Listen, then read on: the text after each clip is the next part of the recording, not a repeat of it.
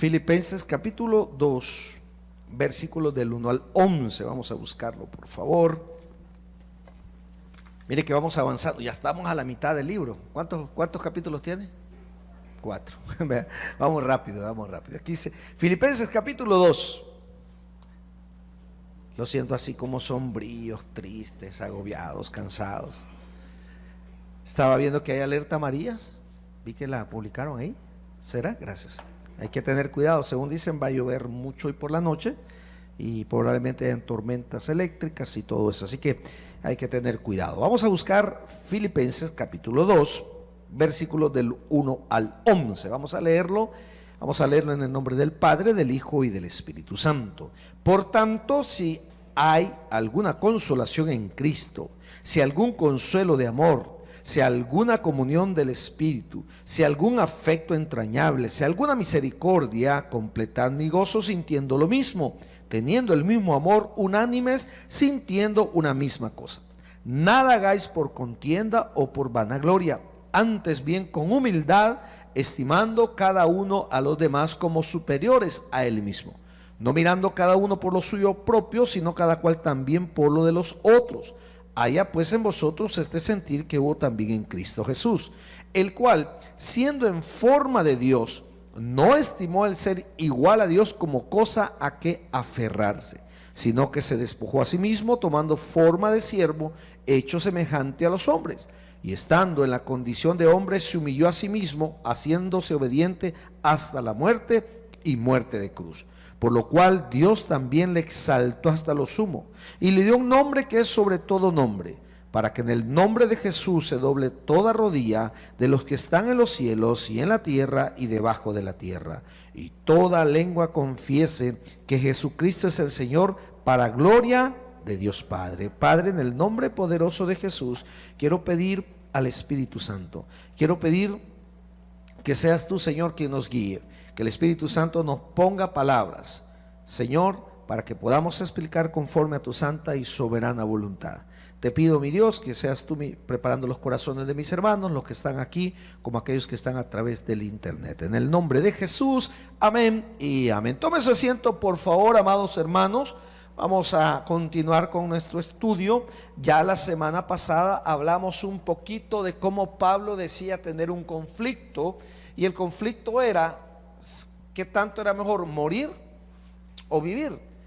Y decía Pablo, pues morir es ganancia para mí, morir es bendición, pero también quisiera vivir para poder seguir predicando el Evangelio, para poder seguir llevando el Evangelio. Y hablamos y explicamos un poquito acerca de la muerte, y decíamos que hay una muerte física, y le di el parámetro allá en el salmo que les dije. Vamos a ver si se acuerda cuál salmo es.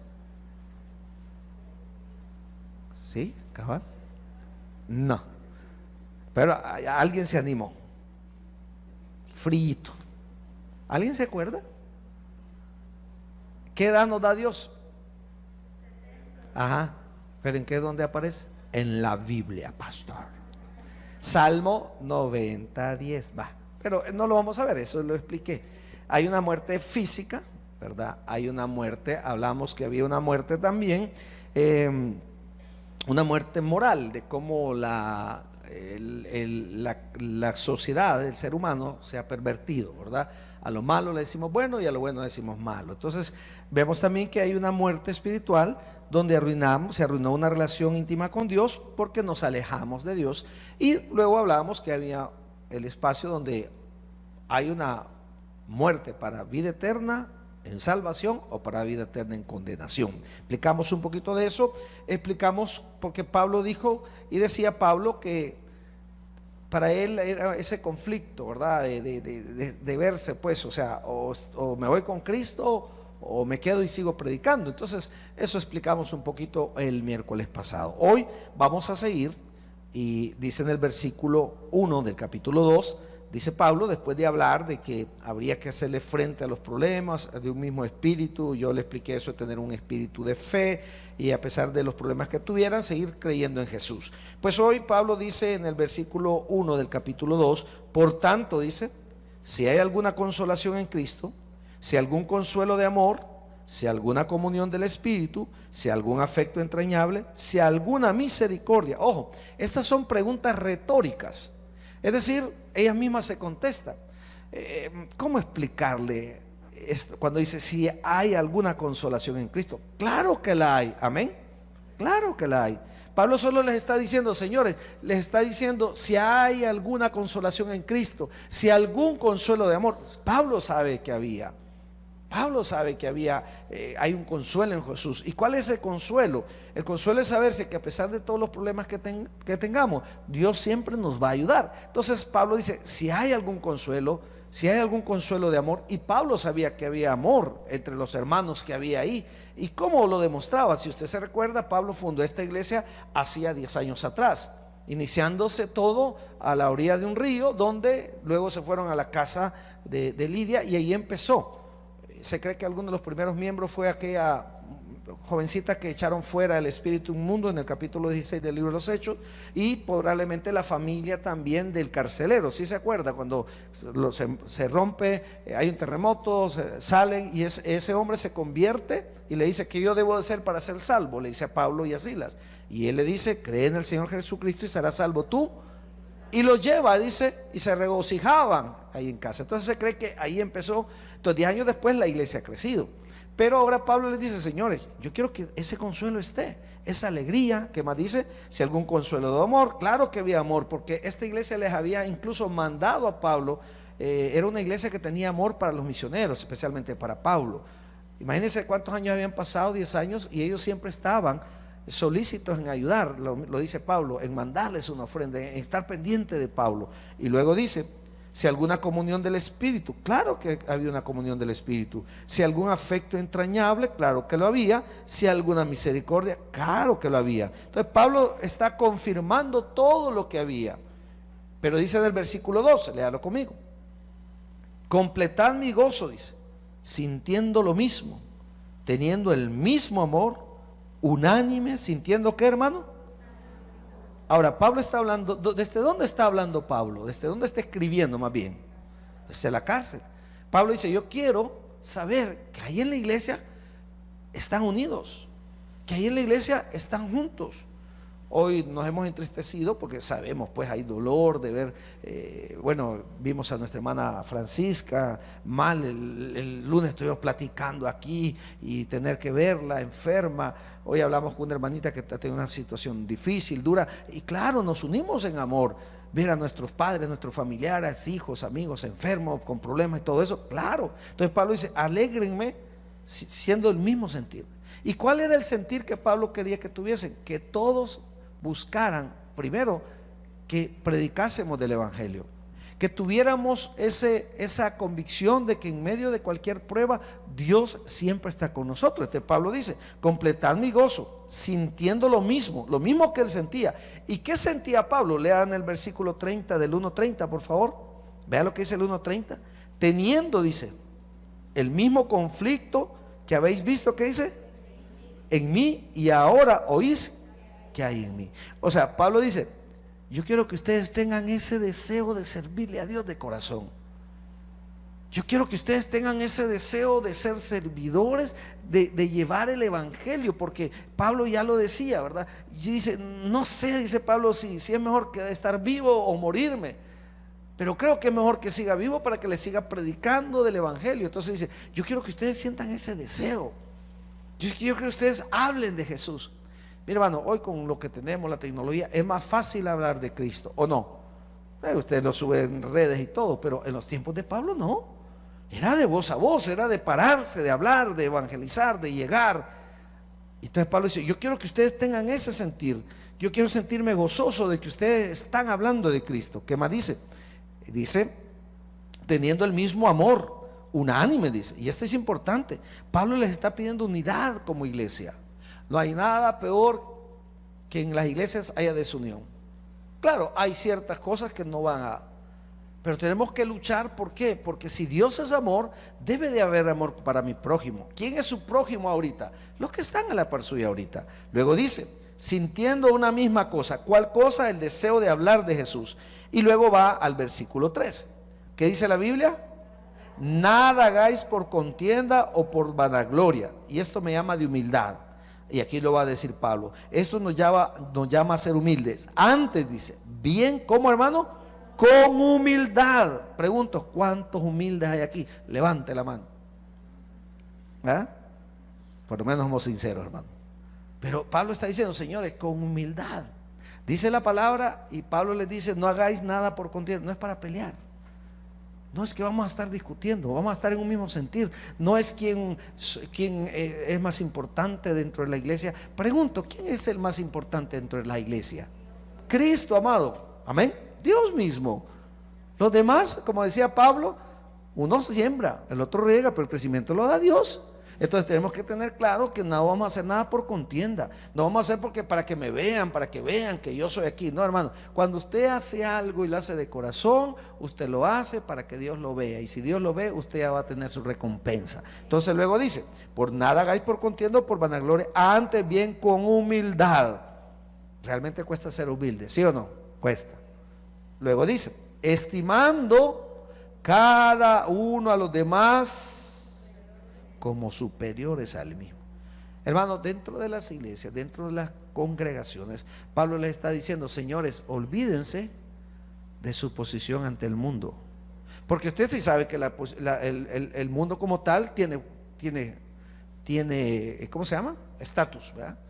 Están los pobres, los menos pobres y todo, ahí vamos por... Pero, ¿por qué Pablo les dice esto? Que nadie se considera superior al otro. Por el contexto en que vivían. Dentro de los cristianos, que habían judíos, que habían gentiles, había, ¿de qué nacionalidad habían? De muchas.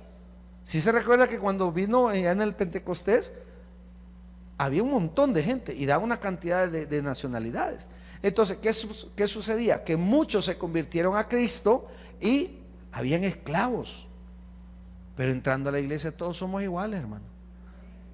Aquí no es si yo soy jefe, no soy jefe, si yo tengo, no tengo, si vengo a pie, vengo, hasta en escoba puede venir y todos somos bienvenidos, ¿verdad? Pablo les dice, señores, dentro de la congregación, ahí no hay esclavos. Dentro de la congregación no es porque vos sos romano, no es porque vos tengas dinero. Es que todos debemos estar bajo un mismo sentir. Ahora, Pablo está diciéndole, señores, dentro de la iglesia, dentro de la organización como tal, que van a salir a predicar, todos son iguales. No hay uno que más porque tiene dinero. Al final, hermano, el mismo Timoteo nos dice que nada hemos traído a este mundo y sin duda, la caja puede ser la más bonita, hermano, ¿o no? Puede que dure más la caja, ¿sí o no? Porque la caja si está bien bonita dura más. Pero no está muerta, ¿y qué quiere que dure más la caja? Ahora, siga leyendo, mire lo que dice. No mirando cada uno por lo suyo propio. Me habla primero de humildad, que yo no tengo que considerarme más que los demás. Y la Biblia me enseña a través de Jesús que el que quiere ser grande se ponga a servir. Ahora dice, no mirando cada uno por lo suyo propio, sino que, hermano, sino cada cual también por lo de los otros. La humildad me permite a mí ser de bendición para otros, porque no quiero sacar provecho solo para mí, porque si va a haber bendición, va a haber bendición para todos. Y Pablo les dice, como iglesia, ustedes deben dar en un mismo sentir, no le puede faltar nada a nadie, todos deben de apoyar tal cual era la iglesia primitiva. Mire qué más dice, no mirando cada uno por lo suyo propio, sino cada cual también por lo de los otros. Haya pues, dice, en vosotros este sentir que hubo también en quién, hermano. Aquí, ¿cuál es su parámetro de vida? ¿Cuál es el parámetro de vida de un cristiano para actuar? Cristo, ¿o no?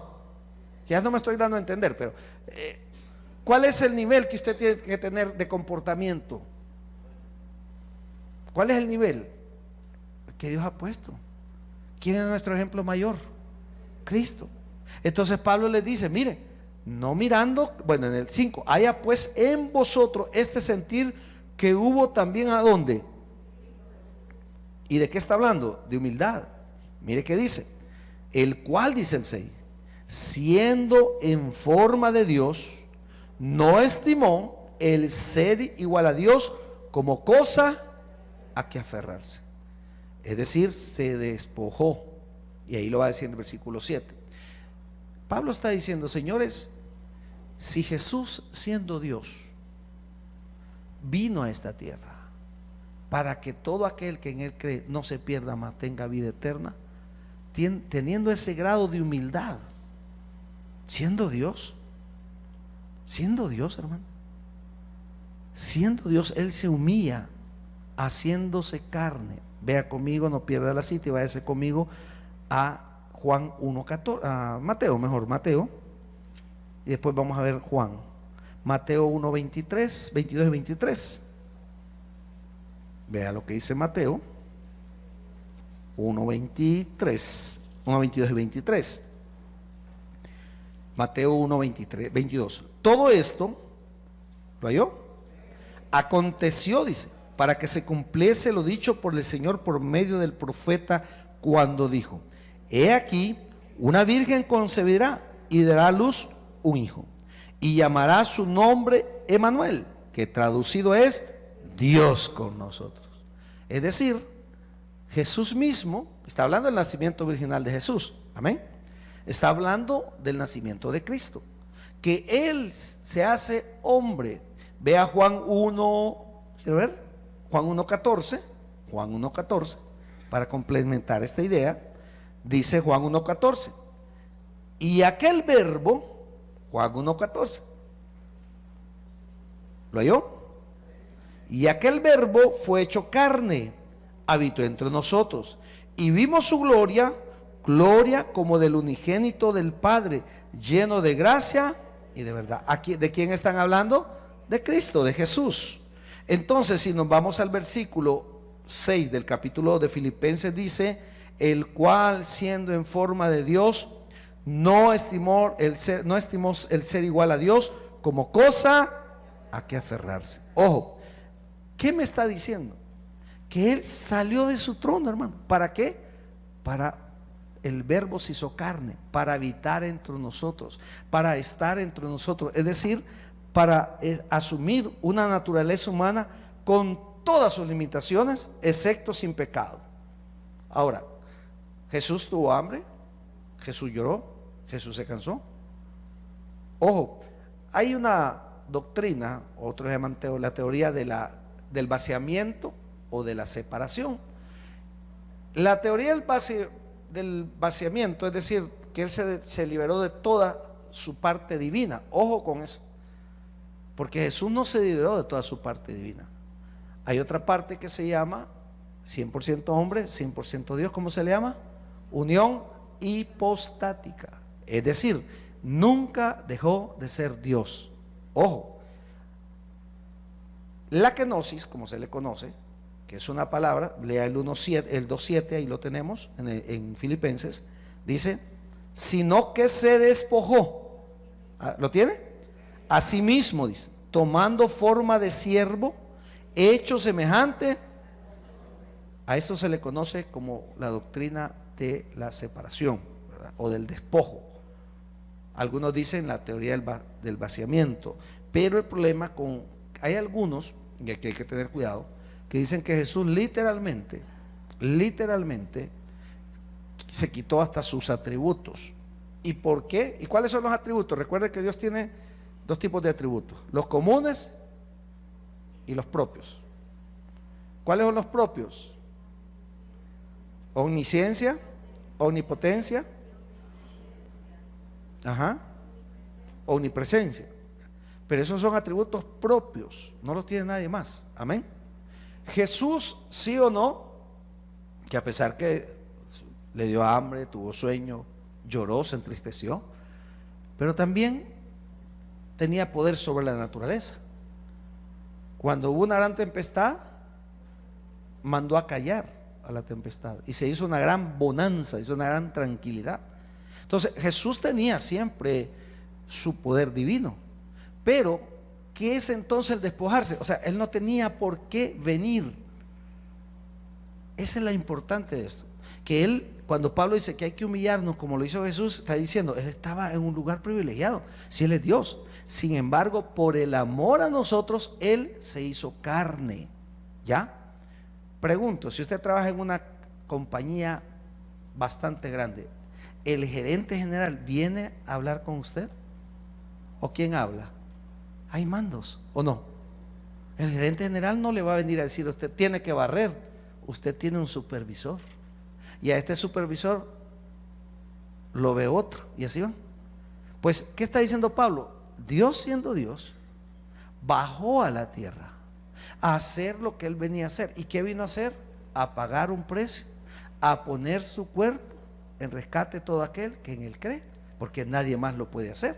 Entonces, con esta doctrina de la kenosis, el problema es que algunos han dicho, se quitó todos sus poderes, dejó de ser Dios, literalmente.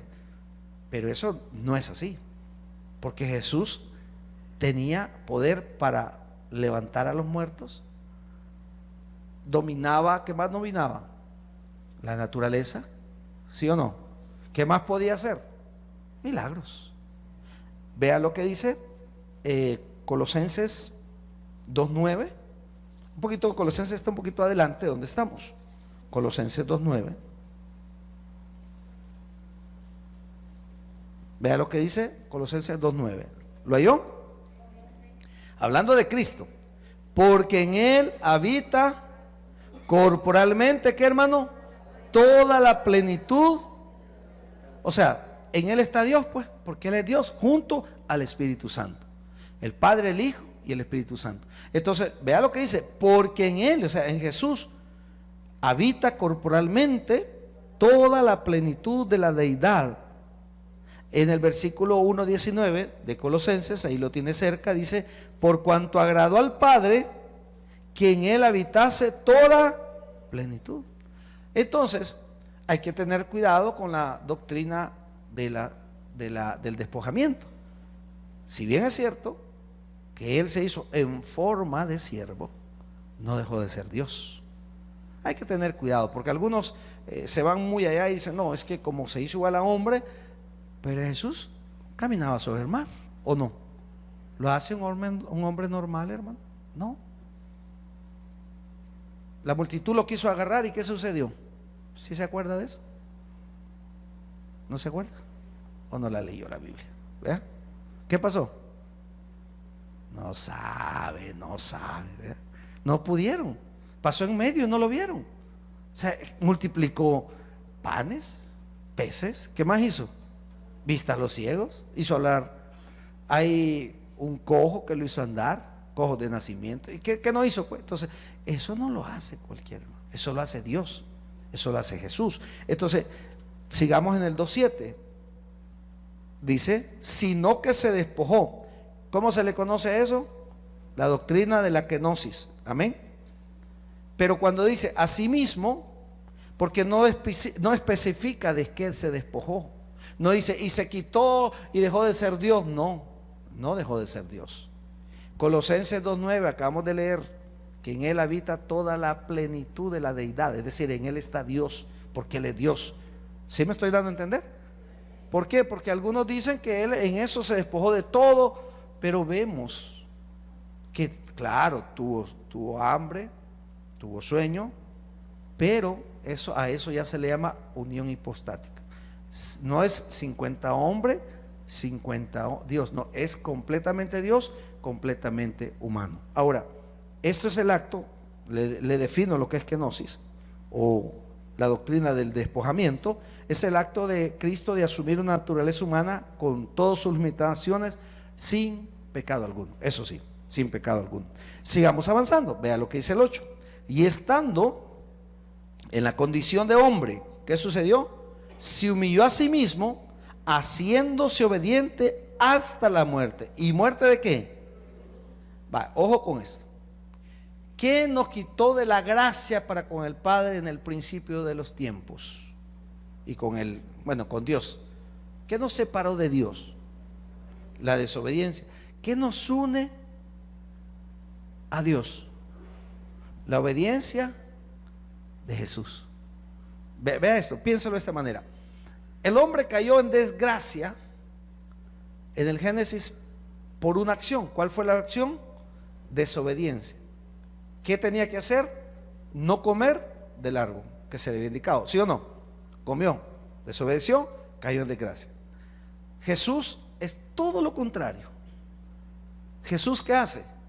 Obedece. Miren lo que dice aquí. Y estando en la condición de hombre, se humilló. Pero ¿por qué Pablo está explicando todo esto, hermano? Porque nos está diciendo a nosotros que no hagamos nada por contienda, sino con humildad. O sea, nos está poniendo el mejor ejemplo. ¿Qué necesidad tenía Dios de bajar, de sufrir todo lo que... Solo póngase a pensar, ¿dónde nació? En un pesebre. Siendo Dios, siendo rey, en un pesebre. Es más, si usted ve el Evangelio de Lucas, si no me equivoco, dice que fueron a buscar lugar al mesón. ¿Y qué pasó? Literalmente dice, y no había lugar para ellos.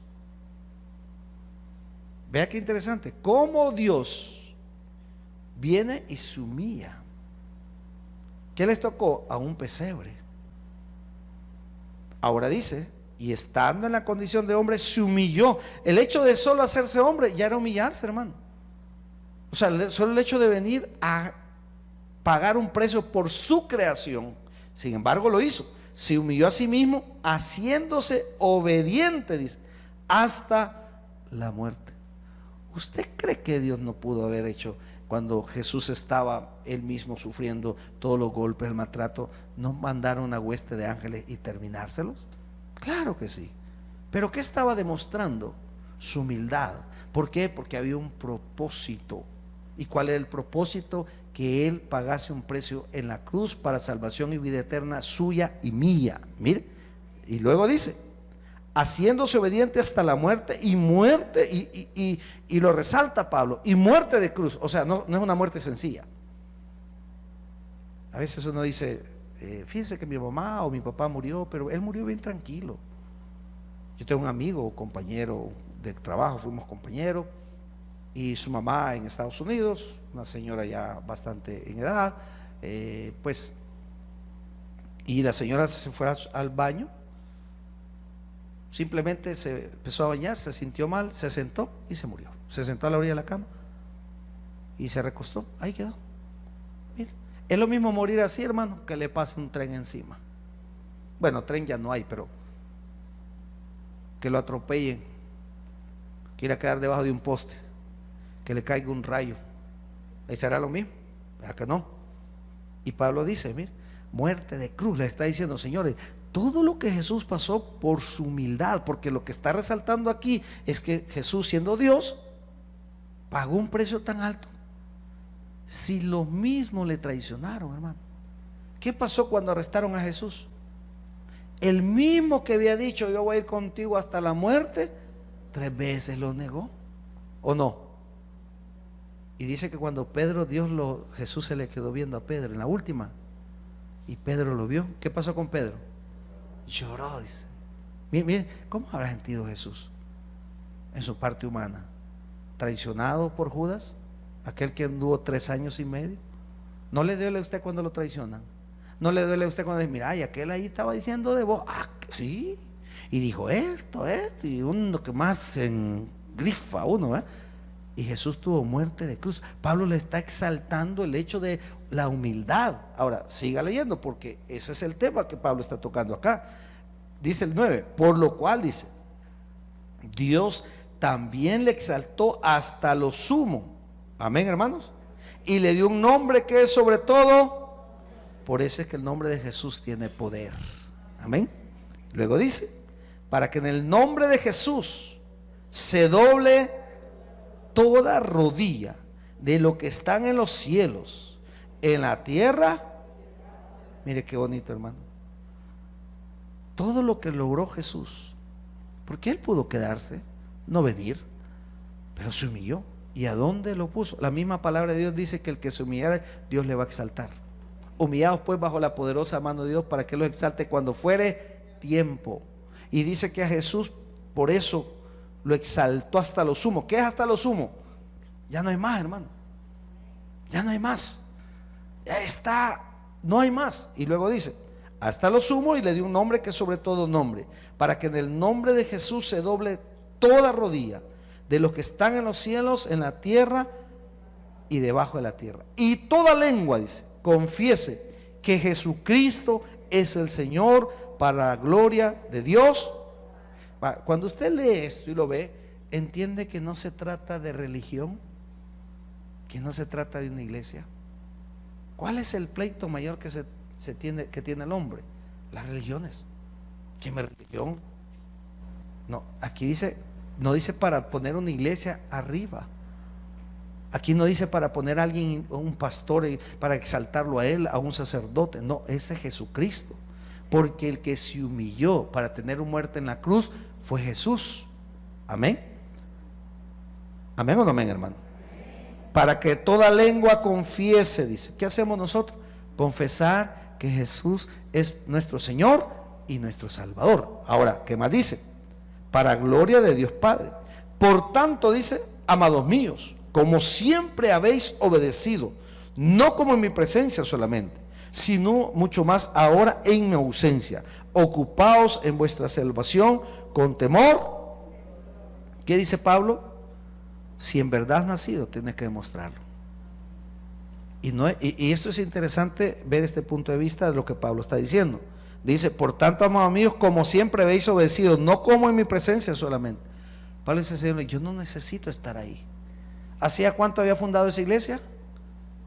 Hacía 10 años. No importa que yo esté o no esté. Por eso es que su vida y la mía, siempre hemos dicho que hay un trato personal con Cristo. No se trata que el pastor me va a ver. No se trata que yo, pastor, me va a ver la congregación y qué va a decir. Se trata de lo que dice Dios de nosotros. Porque dice Pablo, no importa si yo estoy o no estoy. Ustedes deben de comportarse. Ustedes deben de esa salvación cuidarla. ¿Y cómo se cuida la salvación si no se pierde? Si usted verdaderamente ha nacido de nuevo, los frutos lo van a decir. Ahora, siga avanzando. Porque Dios, dice, es el que vosotros produce así el querer como el hacer por su buena voluntad. Cuando Dios está en usted, Dios le da el deseo de hacer las cosas bien. Amén. Cuando Dios está en usted. Por eso dice, porque Dios, o sea, es el que en vosotros puede ser así el querer como el hacer. Si Dios no está con nosotros, no le van a dar ganas de venir al culto, no le dan ganas de leer la Biblia, no le dan la gana de cantar. Porque ¿qué le genera a Dios en usted?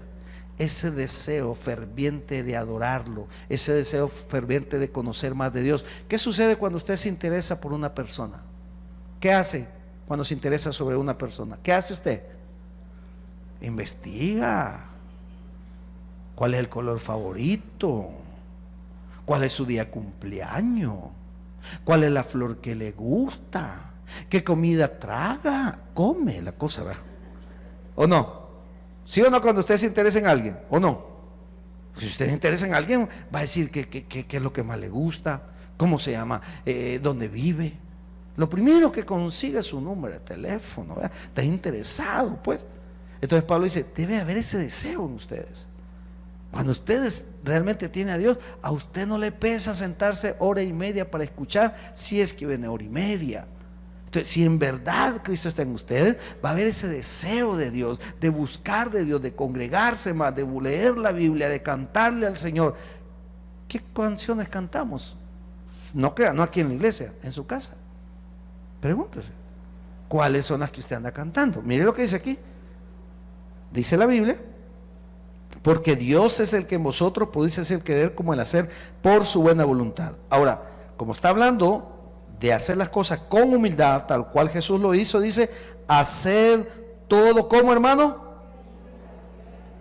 O sea, sométanse a la voluntad de Dios y no reclame. Porque a mí, porque esto, porque solo yo, porque solo a mí me mandan, que solo yo. Es que Pablo está tratando los problemas de la iglesia. ¿Qué más dice? Hacer todo sin murmuraciones y contienda, para que seáis, ¿el qué, hermanos? Irreprensibles y sencillos, hijos de Dios sin mancha, en medio de una generación. Ojo con esto, ¿qué está diciendo Pablo? Que se note que ustedes son cristianos. Eso le está diciendo a la iglesia. en medio de una generación perversa, en medio de todos los sinvergüenza, todos los que andaban tomando, todos los que andaban tras otros dioses, allí en Filipo, ustedes deben de decir, mira, esos son bien raros, esos ya no hacen fiestas a Baal, esos ya no siguen a la diosa Diana, o sea, que se note. Ahora la pregunta es personal, ¿se nota en usted, se nota en mí que estamos apartados para Dios? Aquí lo dice, ¿no? Para que seáis irreprensibles, es decir, no hay nada que corregirle o reclamarle. Y sencillo, dice, hijo de Dios sin mancha en medio de una generación maligna y perversa, dice, en medio de lo cual resplandecéis como luminares. O sea que debemos de resplandecer, porque si la luz de Jesús está en nosotros, nosotros somos luz para otros.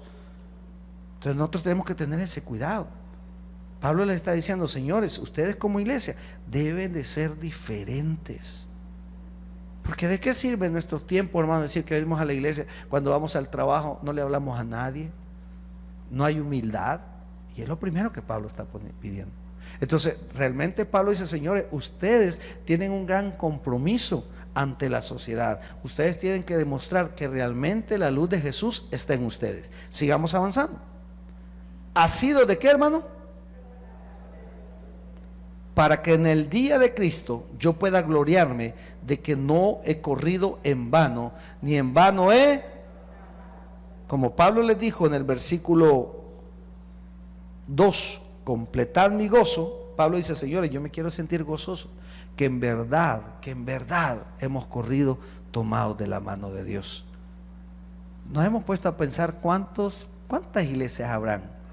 Dejemos aparte la católica, veamos los evangélicos.